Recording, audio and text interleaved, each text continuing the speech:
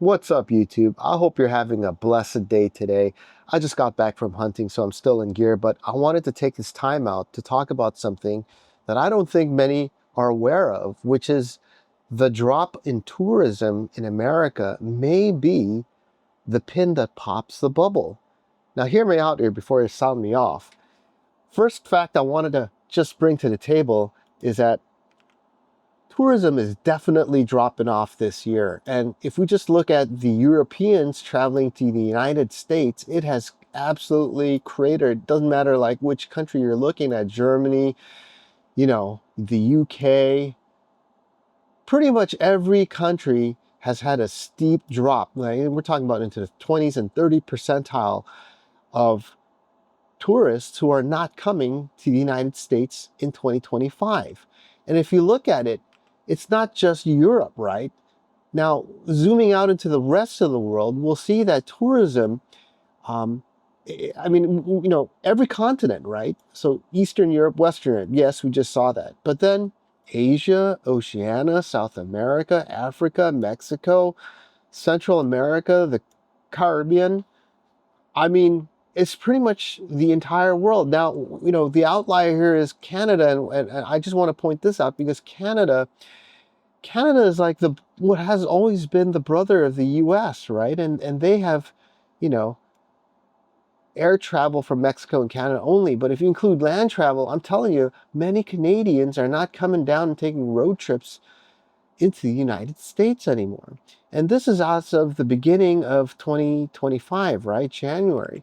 Now, if we take a look a little bit further and extend, the beginning of the year into April, and this is data based on passengers processed at some of the major airports. So we're talking about international air travelers.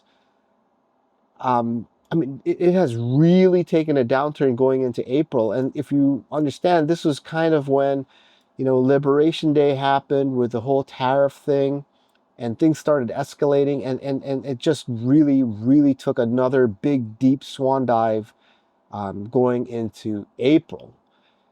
And if we take one more look into this, right, past April and into June now, we'll see that now this is, TSA checkpoint traffic, right?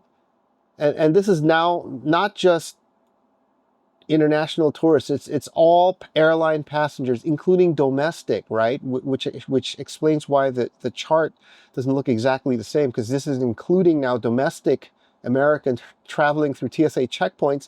That has plummeted as well, and that is a very telling sign, because it's not just the international tourists, it's internal tourism that's driving down, right? The Americans themselves are not going to places that they normally would go to.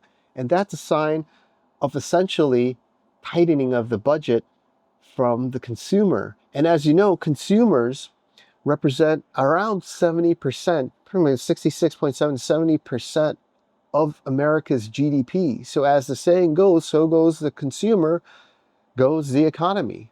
And so that's why we have to pay very close attention with what's going on with consumers. And we already saw consumer discretionary spending really crater in Q1, which is why the GDP was the actual number revised even lower than what the estimate was. And so we're seeing continued problems and belt tightening from the consumer. But let's talk about this a little bit more, right? So the headline from Fortune magazine is that, look, the United States could lose up to $23 billion in GDP and 230,000 jobs if foreign, right, this is now foreign, not just domestic, tourists stay away. That's what a study says. And while this may sound like a large number, I think it actually underrepresents the potential problem that we're looking at here. Because and I know, like, who cares about tourists, right? It's like, we're Americans, we don't need tourism. We're not a tourism-based industry like the Caribbean, for example. And I get that kind of thinking, but what you also need to factor in is that the United States as an economy, as a whole, is a very debt-driven economy, right? Debt drives the economy, particularly consumer debt.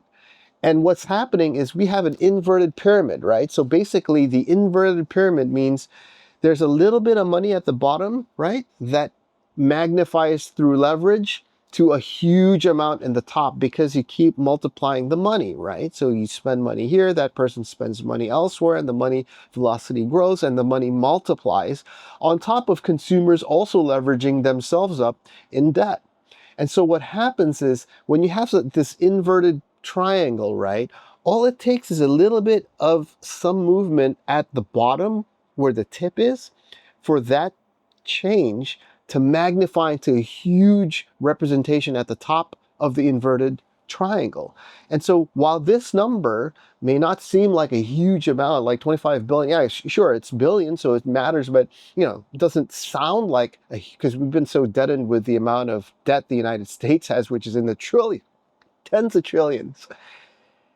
It actually can play a huge effect, as I'm about to show you, because of the inverted triangle pyramid. Now, what do I mean by that? Well, the first thing I want to talk about is, this isn't going to be solved quickly. Okay, so tourism has gone down, right? If you ask the why has tourism gone down lately? Well, there's been a lot of articles online, right, about stories regarding tourists who have come into the country and been turned away. So there was this Norwegian, this went viral, right? He came in and they asked for his phone. They looked into his phone and saw J.D. Vance meme, the one we see everywhere. This is not like some nefarious thing. I mean, this might be one of the biggest memes in 2025, right? Anyway, he had a screenshot or a picture of it on his phone. They took his phone, they found this, and they basically detained him, like questioned him for hours and hours, and then basically booted him out. Said you have to go back, right, on your own money, buy another plane ticket and head back. You're not allowed in the U.S. Now, the government, U.S. Homeland Security said that, no, that wasn't the reason why he was sent back. It was because he said that he admitted he had smoked some marijuana once in his life, like years ago, or something like that. And that was the reason why, he was deported. Which maybe, I guess if this was an isolated case, you can, I don't know, maybe attempt to believe in that. But the problem is it's not an isolated case, right? This is an ongoing thing where many, many travelers are being denied, not only denied, they're being detained and then deported on their own money. And so a lot of potential visitors are just uncertain and they don't want to come to America. I mean, look, I might sound like an American, like I speak like an American because I lived there for quite some time and I used to be a permanent resident there before I gave it up. But even I've got in-laws there, right? I'm not going to lie. I mean, reading these types of articles on the internet and then understanding that I'm going to have to go visit my in-laws there and I'm now not, I never was a citizen, but now I'm not even a permanent resident.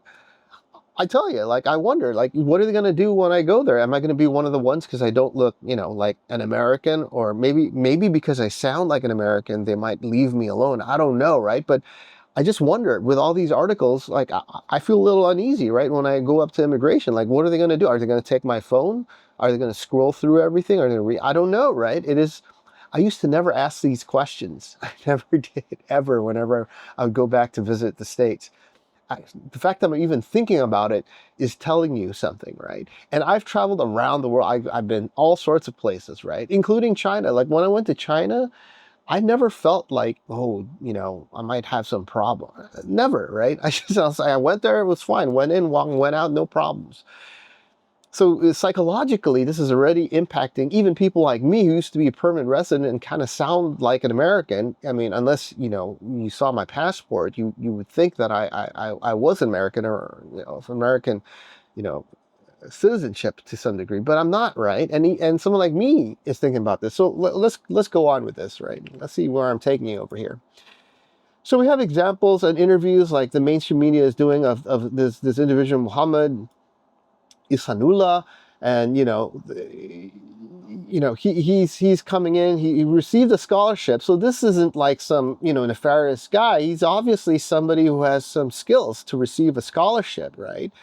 And he was thinking about coming in, but then now he's kind of wondering like, maybe I should carry a burner phone. Like, that's what people are actually going through now. Like, they don't even want to carry their phone, right? They're going to create a burner phone and carry that to the United States because they're so worried about. I mean, it's crazy that you have to worry about this, but that's what they're worried about, right? Just to travel to the United States. And, the key here is the CBP, right? Which is the Border Protection, Customs and Border Protection. They do not need a warrant to search phones of any travelers. And it's not just phones, it's also laptops, right? So, there's so many cases here, but there's another case of somebody from France. We're talking about people from Europe, right? They don't look shady in the sense of what you normally think shady is, right? I'm not going to explain to you what that is. You might have some depiction in your head, but it certainly isn't some like French dude coming over from France, right? Anyway, the point here is CBP, Custom Border, they can just search your phone or laptop and they don't need a warrant, right? They don't need a warrant. And so that is the scary thing, right? Like the last thing I want to do is somehow like get into somebody's like, zone of shadiness and have them search through all my stuff. I'll leave it with one more story. This unfortunate fella, this Australian guy, he was trying to save money. So, what he did was he bought, instead of a direct flight, he bought a flight, I believe through Cathay Pacific, and went through, I think like Hong Kong, right, by Hong Kong through Cathay Pacific, which, flies through Hong Kong, and, was going to Florida for some cruise that he paid, like 15,000 or something out of. And, to save money, he went through Hong Kong, right? Because the air ticket was cheaper than just flying direct. And they basically, they saw his path and they're like, okay, you're a suspect here. And basically, like, he was deported, right? So they took his laptop and his smartphone. They examined everything. You have to unlock everything and you have to show everything that you've ever said on social media, blah blah blah blah. And then they finally, they just said, look, you got to go. He was never accused of any wrongdoing, but he basically had to go, right? And so, it's pretty crazy, right? Like you go there and you feel like you're you feel like you're a suspect the moment you arrive. Like you got to prove that you're not a suspect. That's the way tourists feel, or people visiting the U.S. today, in today's world. That's the way they feel, right? Given all the stuff that's happening in the country. And this is definitely one of the main reasons that's impacting tourism in the country. And the last thing I'll leave you with regards to why maybe people are not coming is that, besides all the ICE stories and everything, is that, look, there's a monetary reason. So now, right, the US will require you to pay per person $250 for entering the US. And you call it a visa integrity fee. And there's some questions about when it might not be, if it could be reimbursed. But the whole point is that's 250 extra bucks just to enter, right, per person. So if you had let's say your family's going, you got 2 kids, right? That's $1,000 right there, $1,000 just to enter the United States. All of a sudden, that didn't exist before. So, there's all these layers and reasons of why people may not want to visit the United States right now. And that has been shown in the data, as I showed you in the charts earlier. And it's accelerating. It's not like stabilizing or something. If we look at those charts later this year, it's going to be even worse. Now, what does that mean in terms of impact? Well, this is crazy. Airbnb hosts saying you got to squeegee the showers and doors, dude. But that is the state of Airbnb. So there are all these like unintended consequences, right? You might think tourism is just restaurants and maybe some hotels and that's it. But no, it's not that, right? Like I said, the nation's economy has been in a hugely inverted pyramid, levered up system of people buying stuff on margin and debt. And one of those areas is Airbnb.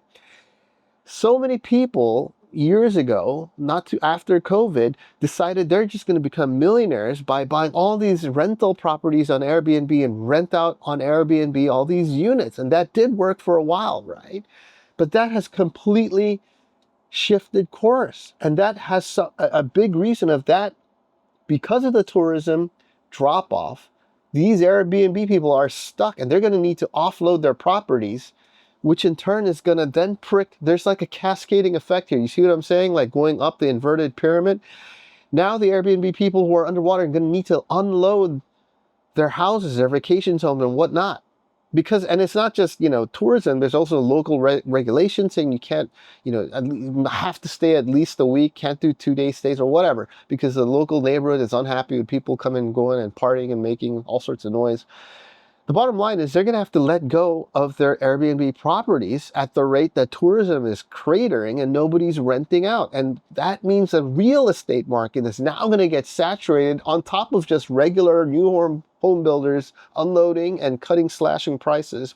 You got existing homeowners who are still, stuck in denial. And then you have these Airbnb people who are also unloading at the same time, which is pressuring certain parts of the countries that will kick off the housing collapse. And we're seeing that already. The beginnings of basically the housing bubble crash version 2.0, right? Now, the Airbnb thing isn't just 2025. Back in 2022, we had the initial test run of Airbnb collapsing, right? And back then, you saw the usual places: Phoenix, Arizona, Austin, Texas, some parts of Florida, where, the Airbnb revenue per listing just like almost halved in some of these places, right? And this was back in 2022. Now it's kind of recovered, but here we go in 2025. But why I'm bringing this up is this caused a big shock back then. And what we're about to see now is going to make this one look like child's play. And the latest data, right? This is an article from Mash Pfizer, will tell you that Airbnb occupancy rate down 50%, down from 57 in 2024. This is going down really fast, right?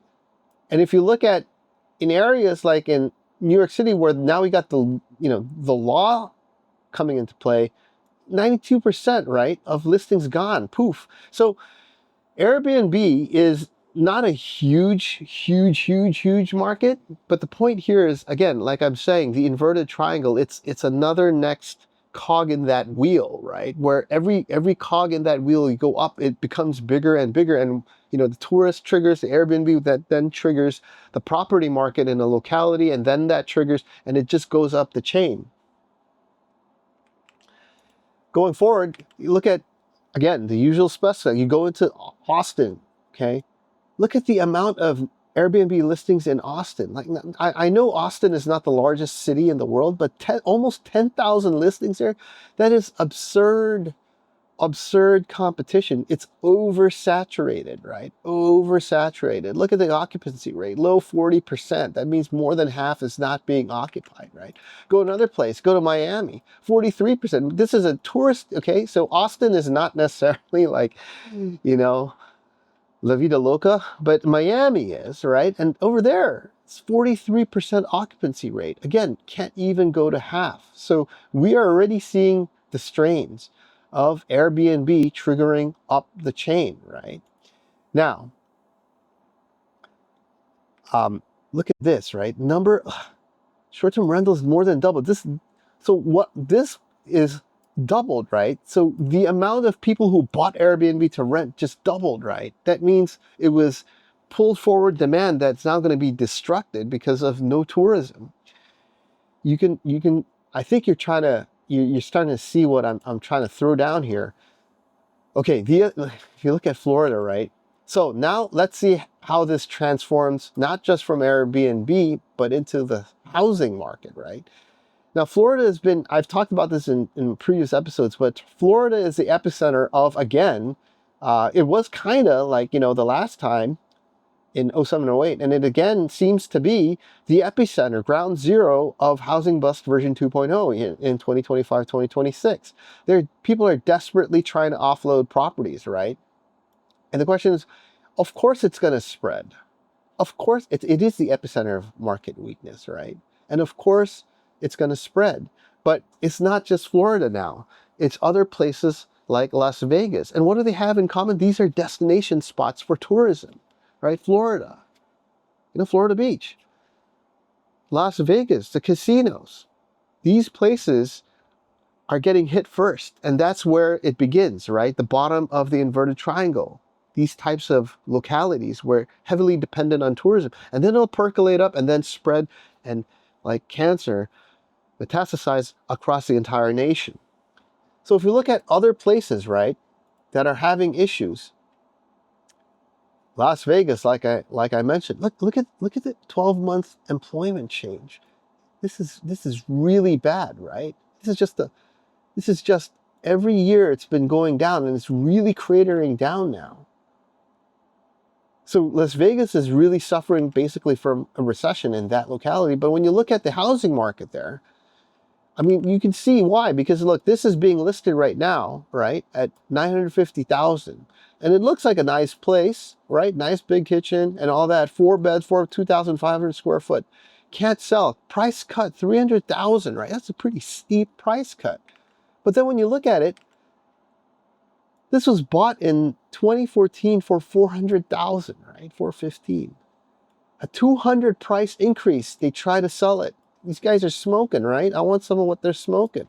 They have to cut it for 24% down to $950. It's not going to sell. Everyone's going to see this and be like, bro, it's not worth that much in that time, right? So this is exactly what's going on. There's a lot of existing homeowners who are just living in denial in the river in Egypt.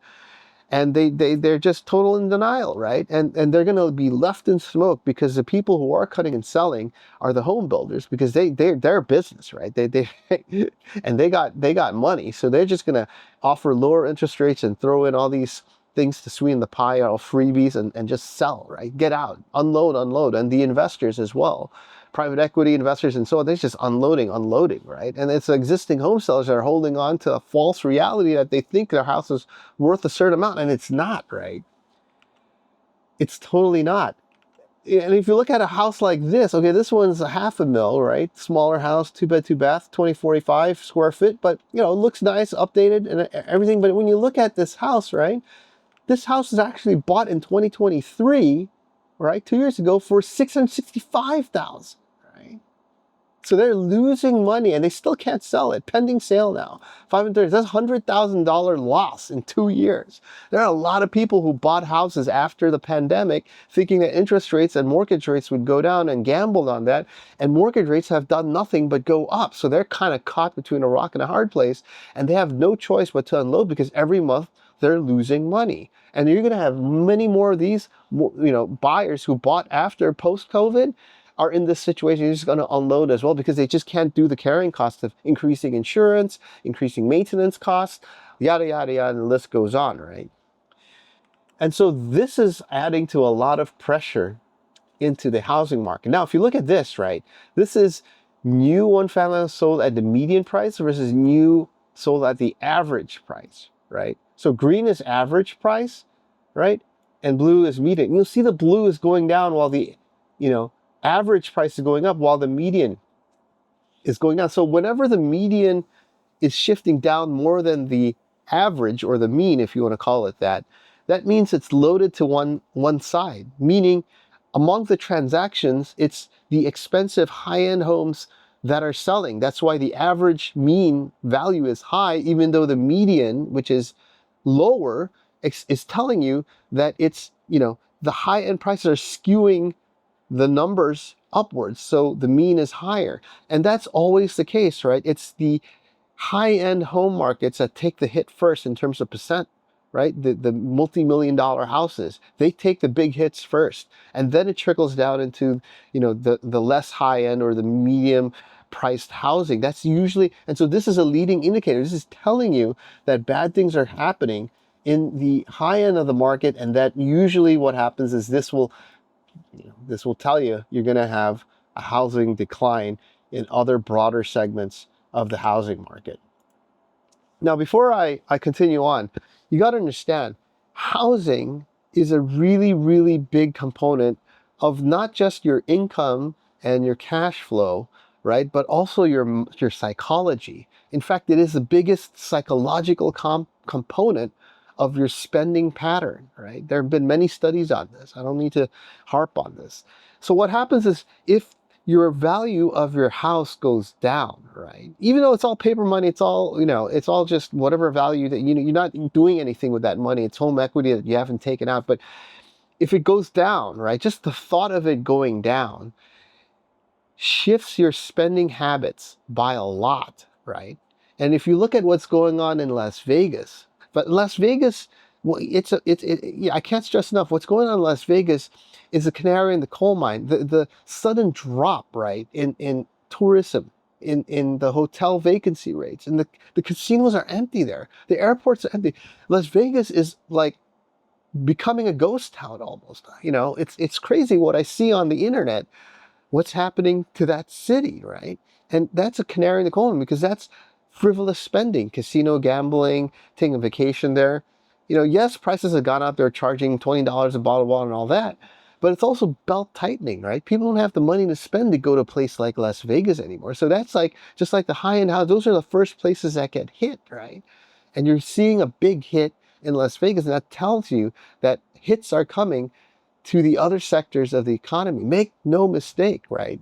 And if we look at this chart over here, and I show this kind of before, but first is housing, right? But second is auto loans. Third is credit card, and then it's student loans. But auto loans, right, especially the subprime auto loans, we have never gone above 5, right? We've never gone about 5% subprime auto loans, ever, right? So this is a new historical record. People are just like defaulting, right? The delinquency rate is super high now. And this is, look at this trajectory. This is going up. And this is most likely going to continue up. Again, another nail in the coffin on the consumer spending and consumer discretionary spending of the United States, right? Which again is 70% of the GDP. And if you don't believe me, there's leading indicators that are telling you this, right? This is coming, right? This is not something that we're just making up out of thin air, like some people do, and I'm not going to name who. All right. Now I'm going to turn my attention a little bit to what that means for the stock market. So, the sad thing is, and I'm not going to get into a huge, diatribe on the sad thing, but the sad thing is, when the government prints a lot of money, like they did in COVID in 2020, right? And like they're doing, or they will be doing when there's, anytime there's like a slowdown, they'll just print money because nobody wants to have a recession on their watch. And that just keeps this crazy debt problem going until one day it's just going to pop, right? But when they print the money, they don't control exactly where in the economy the printed money goes, right? They don't. They can control how much money they print and they inject into the economy, but they cannot control where that printed money goes. The sad truth is that printed money doesn't get distributed evenly. And you would be a fool to think that if the government prints money, it's going to be an equilibrium distribution to all different castes and classes of society. It absolutely isn't. And take a wild guess where the vast majority of that printed money goes to. The top 1%. In fact, since COVID, it's not even top 1% anymore. The majority went to the top 0.1%, right? So, if anything, the rich have gotten a lot richer and the poor have gotten a lot poorer. So the income disparity, and again, I'm not going to spend too much time. Maybe I should do this in another episode with all the charts and data backing what I'm telling you. But basically, the income disparity has just widened, right? And you have the super duper duper rich now. Guess where? That's where the money went, right? In their stocks, in their equities, in their portfolios. That's where in the banksters. That's where the money went, right? It didn't go to, the poor people in the cities and the slums and all. No. Drugs went to them, but not the printed money.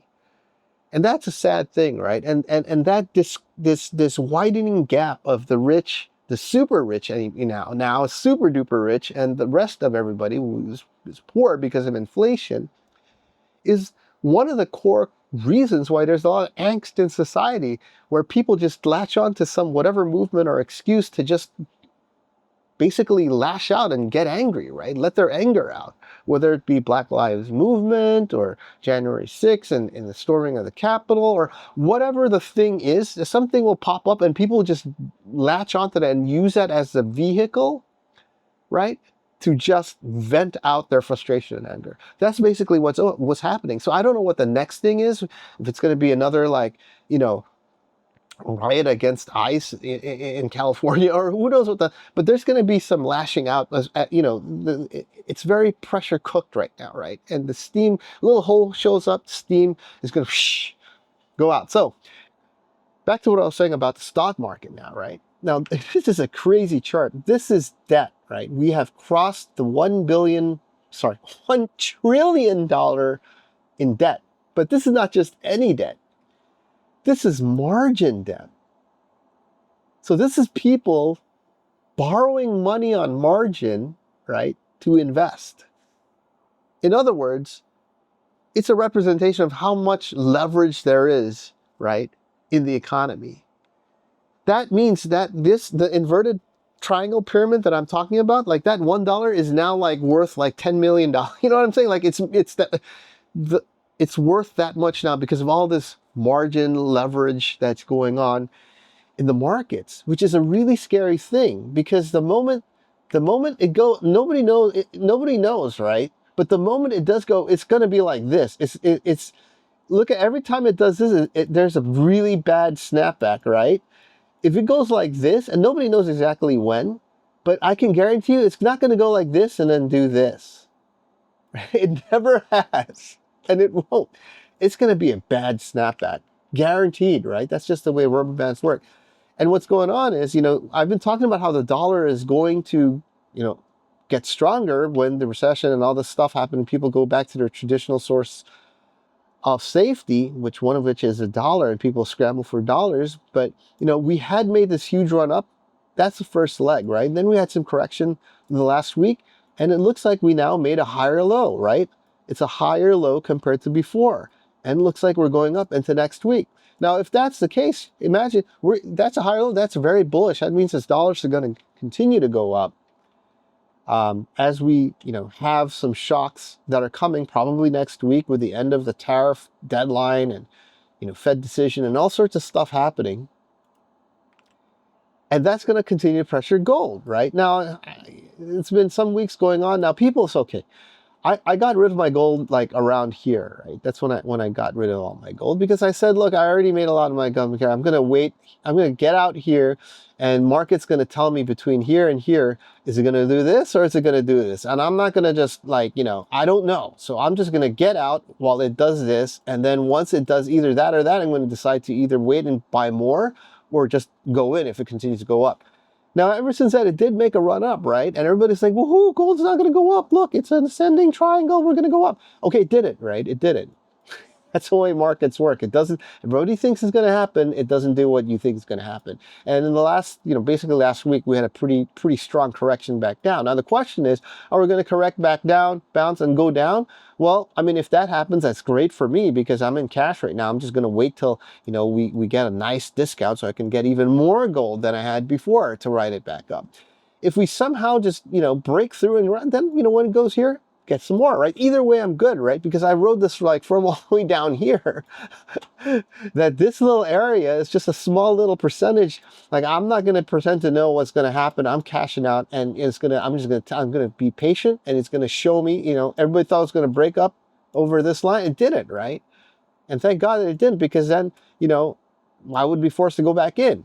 Now I'm hoping it goes down low so I can get more. So that's the situation with gold right now, and let's see, right? Nobody knows the future. Nobody can tell the future in that sense, and I'm definitely not one of those guys. So, look, things are starting to, you know, the writing is in the wall, right?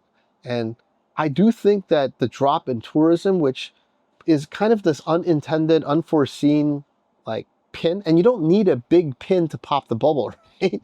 Like again, the inverted triangle, just a small change at the bottom going to make a huge candle. So the pin that pops the bubble doesn't have to be huge. It can be small, right? Like a sudden drop in tourism, which will then trigger, and because tourism affects services industries a lot and not automated functions in the manufacturing or other parts of the economy, it has an outsized impact on people and spending, which is the consumer, again, 70% of the economy, because it impacts them directly because it's a service sector, the tips and the people in the service industry, it's direct to the spenders, right? And so this has an outsized impact. And I think that the tourism could be one of the pins, if not the pin that pricks the bubble that then causes, all kinds of issues like through Airbnb and through real estate. And then that causes a psychological issue of tightening up and not spending. And then that just keeps going down with the margin and leverage, because the entire economy is built on leverage, which multiplies everything into a slowdown and a coming recession towards the end of the year into next year. So having said that, let's see what happens next week. Again, it's full of stock. I mean, everybody's saying markets can't go up forever and ever. Well, it continues to until it doesn't. But I'm telling you, if it goes up in a straight line, it's going to come back down just as much in a straight line. That's just the way things work, right? That's why they're the inverted V shapes and the V shapes, right? If it gets stretched out that much. So everybody have a good week. I'll see you in the next episode. Peace.